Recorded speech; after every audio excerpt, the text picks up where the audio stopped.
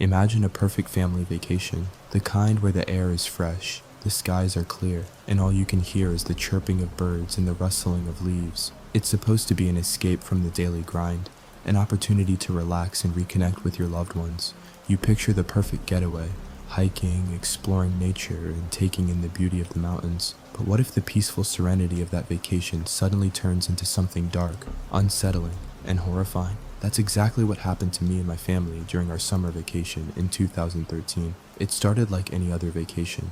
My parents had booked an Airbnb cabin in Estes Park, Colorado, a quiet, remote area near Rocky Mountain National Park.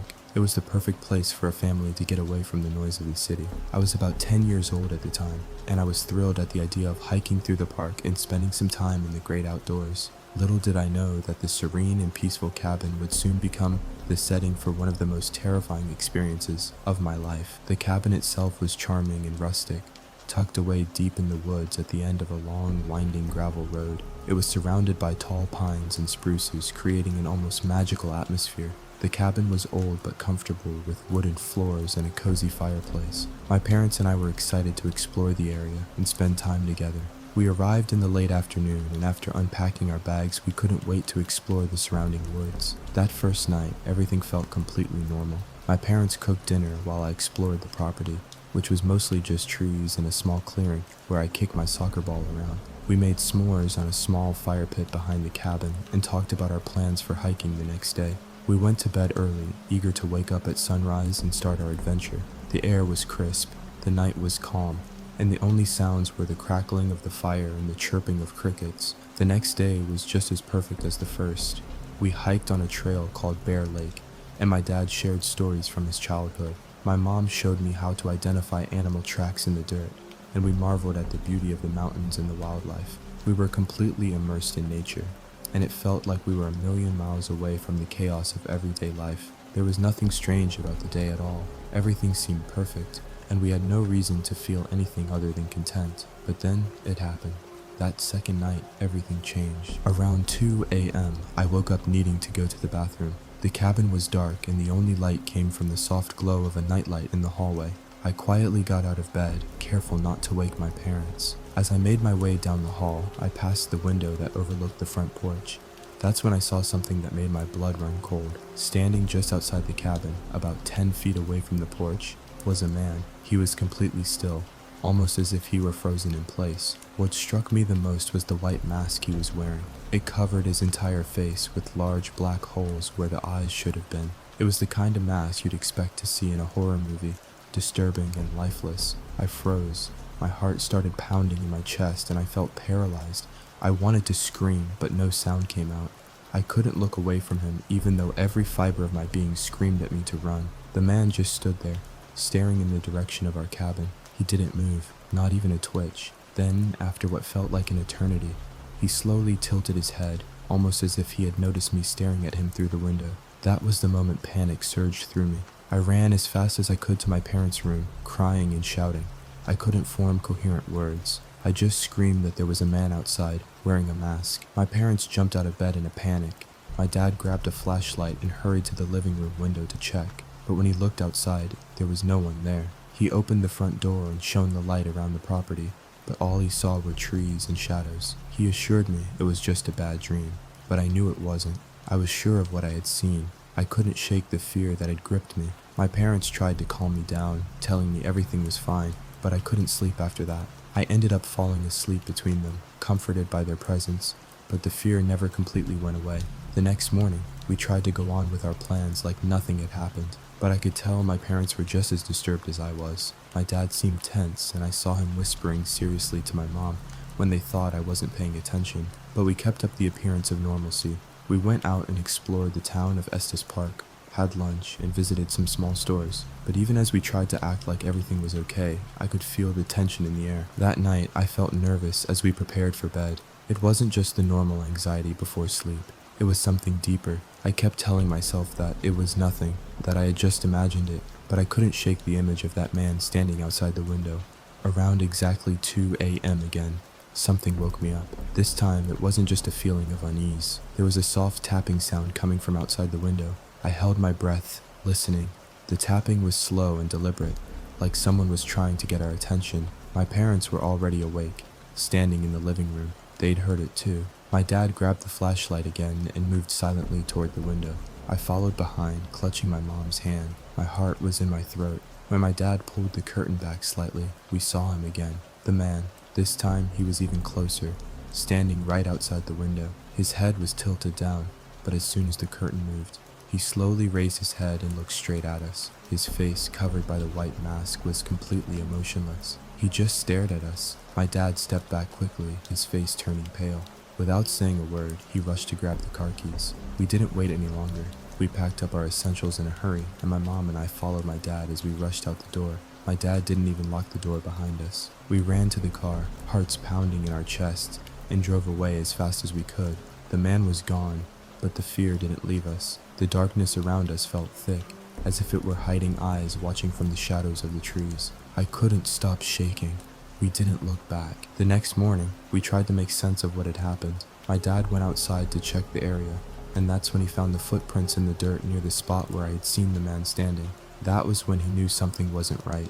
The mood shifted. My dad was quiet and tense. I saw him whispering to my mom, but I couldn't hear what they were saying. Whatever it was, I knew it was serious. We didn't stay at the cabin that day. We spent the entire day away from the property. We drove around Estes Park, had lunch, and went shopping. My parents acted like nothing had happened, but I could tell they were just as uneasy as I was. That night, I was too scared to sleep. I kept hearing noises, tapping, scraping sounds that seemed to come from outside the cabin. I tried to tell myself it was just the wind, but deep down, I knew something wasn't right. When we went to bed, I kept my eyes open, listening to every creak of the floorboards, every rustle of the trees outside. I couldn't relax. And then, at exactly 2 a.m., it happened again.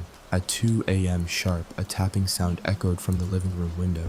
This time, my parents were already awake, standing silently in the darkened room. The soft tapping was deliberate and steady, like someone trying to catch our attention without making a noise, loud enough to wake the whole neighborhood.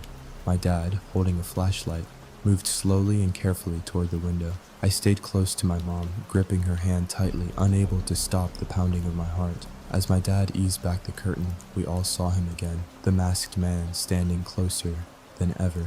His head was bowed down, but as soon as the curtain moved, he slowly lifted his head, revealing the blank, chilling face hidden behind the white mask. The mask's hollow eyes seemed to pierce right through us, emotionless and unblinking. My dad's face drained of color, and without a word, he stepped back and hurried to grab the car keys. My mom and I scrambled to pack a few essentials while I stood frozen, unable to tear my eyes away from the silent watcher outside. He didn't move, not a step. He remained like a statue, his stillness making him even more terrifying. It was as if he was waiting, patiently observing. Within minutes, we rushed outside, locking the door behind us in a frenzy. My dad held me close as we ran to the car parked on the gravel driveway. The man was gone from the window, but the dark forest around us felt alive, as if countless unseen eyes were following our every move. We sped down the gravel road, not daring to look back. The image of the masked man, so clear and vivid in my mind, burned deep inside me. The drive back to the city was silent except for the crunching of gravel under the tires, and the occasional sighs of relief mixed with fear. We never called the police, nor did we report the incident to Airbnb. I think my parents were too scared, or maybe they doubted anyone would take us seriously. Whatever the reason, we just left and never returned. Years later, the memory of that night still haunts me.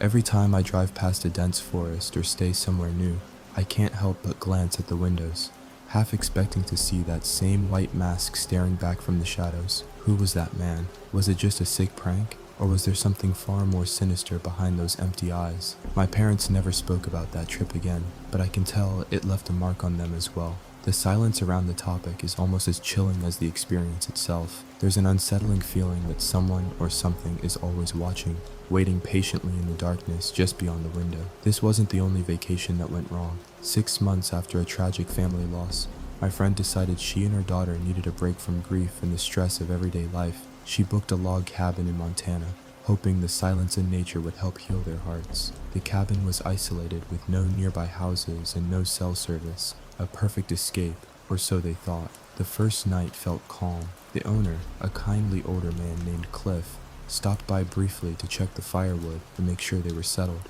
But as a thunderstorm rolled in, things took a turn. At 1:27 a.m., my friend heard slow footsteps on the porch. No knock, no voice, just the creaking of wooden boards under heavy boots. When she looked, she found a wet duffel bag left on the couch. She didn't open it. Instead, she locked the door and stayed close to her daughter all night, too scared to sleep.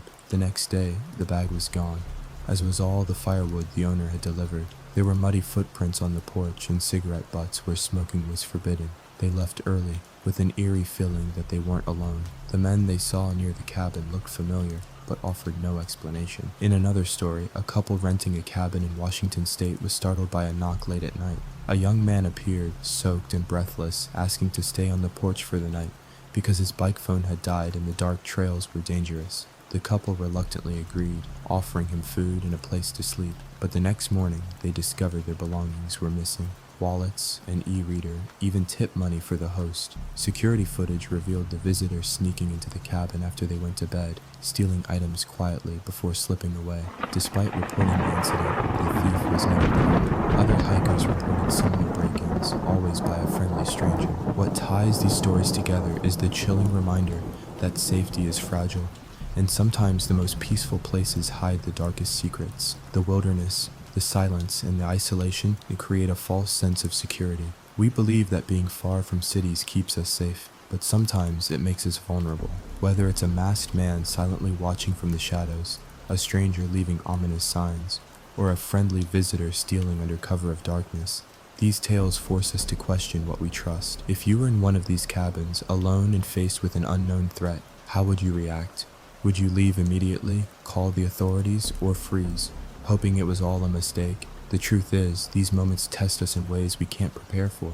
The shock, the fear, and the confusion can overwhelm even the bravest souls, but sharing these stories reminds us to stay vigilant, to trust our instincts, and to respect the unknown. No one likes to imagine that a peaceful vacation could turn into a nightmare, but these stories remind us to be cautious. Whether it's the eerie stillness of a masked figure, the unsettling presence of strangers, or the mystery of missing belongings, the wilderness holds secrets that sometimes refuse to stay hidden. So next time you book a cabin or a quiet retreat, keep your eyes open, listen closely, and remember, the darkness outside your window may be watching you too.